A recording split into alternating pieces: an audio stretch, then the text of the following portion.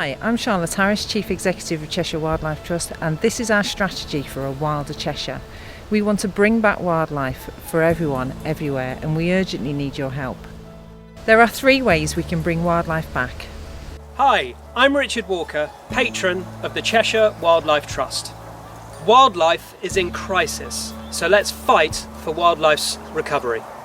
At least 30% of the UK's land and sea needs to be properly managed so that we can allow wildlife to return. Climate is in crisis. Let's make nature part of the solution. Resilient nature will help us combat climate change. We need more carbon locked up in the land and in the soils to help us fight climate change. And we are in crisis, so let's have more people on nature's side. We need everyone to be passionate about nature, and at least 1 in 4 people being part of the solution helping nature's recovery. So how are we going to do this? We don't have much time left, but it's not too late. Here's our 10-point plan to help bring nature back.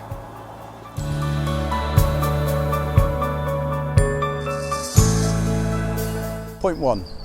Protect places where wildlife lives. I work largely with landowners in the wider countryside, not just on our nature reserves. I'm working with them to reduce the amount of pollution entering our watercourses.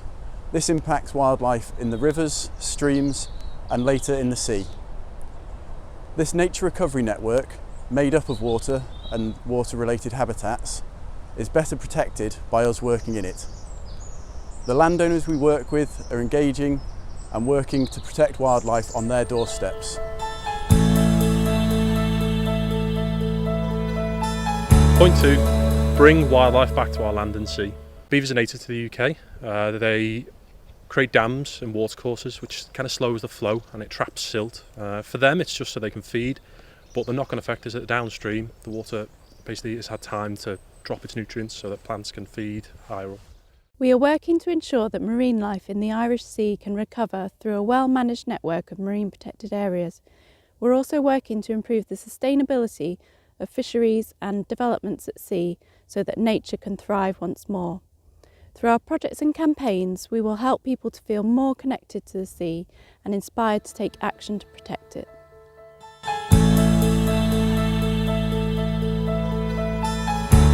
Three, create a society that cares about nature. So I work with a team that helps connect people to nature.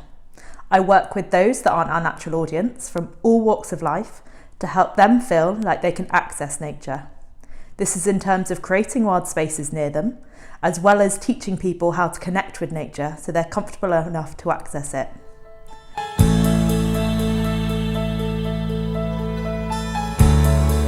Number 4, we're working with farmers so wildlife can thrive. At Cheshire Wildlife Trust we manage a suite of habitats throughout the county, and they're on nature reserves, and they're the last jewels in the crown of protected wildlife sites. However, that's not enough. Much of Cheshire countryside is farmed, and therefore if we're going to have a real impact for wildlife we've got to be working with farmers to try and improve that and create a more permeable countryside for our wildlife.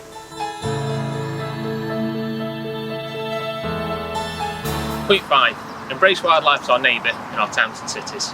The way we're going to get more people engaging with wildlife is through our Nature Neighbourhoods initiative. This is all about putting wildlife back on the doorsteps of people so they can access it every day. We believe that wildlife shouldn't be a day trip, it shouldn't be something you just do at the weekend, it should be the kind of thing that you can walk out of your front door and go and experience. Every single person, every single day. Now we're going to do that through things like planting community orchards, woodlands, hedgerows and species-rich grasslands. That's really going to help more people to discover their local wildlife and take action for it. So we're going to do that through working with local authorities, friends of groups and local residents, giving them the tools they need to look after their wildlife.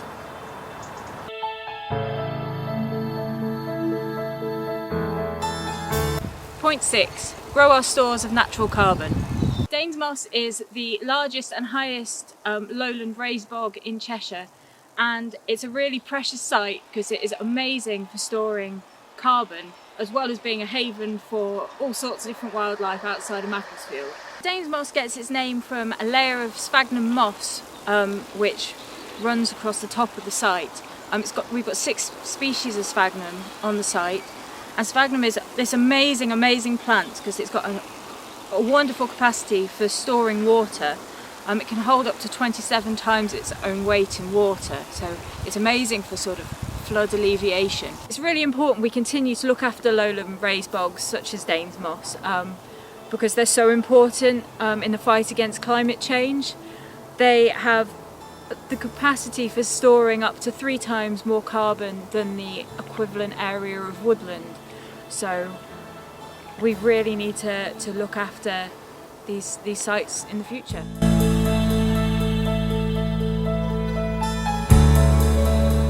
Point 7, building a network of people campaigning for nature. We encourage people to speak up for nature so that when we talk to our MPs and talk to our councils, we're speaking with the voice of hundreds and thousands of people and making sure that we have the influence and the backing we need to get the change we need for nature. We work with local community groups to make sure that they are empowered to make changes in their neighbourhood. We encourage individuals to make changes on their own. We give them the resources and the tools they need to make changes in their homes, in their gardens and in their local environment to make sure that nature has a space and is able to recover. We've written to every MP in the area to talk about the Environment Act, the Agriculture Bill, the Fisheries Bill, the planning reforms, HS2. We make sure that whenever there are big moments in our campaigns that we talk to our MPs and make sure they have the information they need to get the changes we need for nature. Point number 8, make our rivers cleaner and healthier. So we're here at a site in the upper reaches of the Dean catchment in the Cheshire Pennine Fringe living landscape, and we've been working across these upper reaches over the past couple of years with landowners, stakeholders, water companies, environment agency alike to deliver interventions that help restore natural functions and processes in our river network. So here at this site, for example, we have installed a series of large woody debris engineered log jams.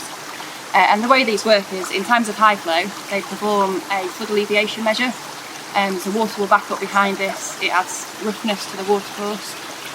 But also in conjunction with that, it provides fantastic habitat for local native wildlife. So behind these jams, you'll get a leaf pack forming and invertebrates thrive in those leaf packs. You'll get more surface mixing and oxygenation of the water on the riffles. All that helps bolster the invertebrate population and therefore your fish populations, and everything else scales up through that perfect cascade. So this kind of work is really important to be able to restore our river networks at catchment scale.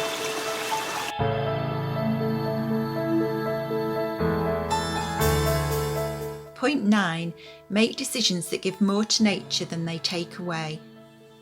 Hi, I'm Rachel Giles, I'm Evidence and Planning Manager. I'm going to talk to you about making decisions that give more to nature than they take away.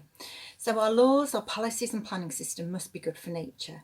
New infrastructure or housing estates shouldn't put wild places under threat. And thoughtful development, and that means building nature and not against it, can create places where we want to live and work, and which we can share with wildlife. So we're going to use our expertise and experience to help shape national and local policy and legislation promoting a Wilder Cheshire. So we'll champion biodiversity net gain, and we will collaborate with communities, planners, developers and local government so that every development gives more back to nature than it takes.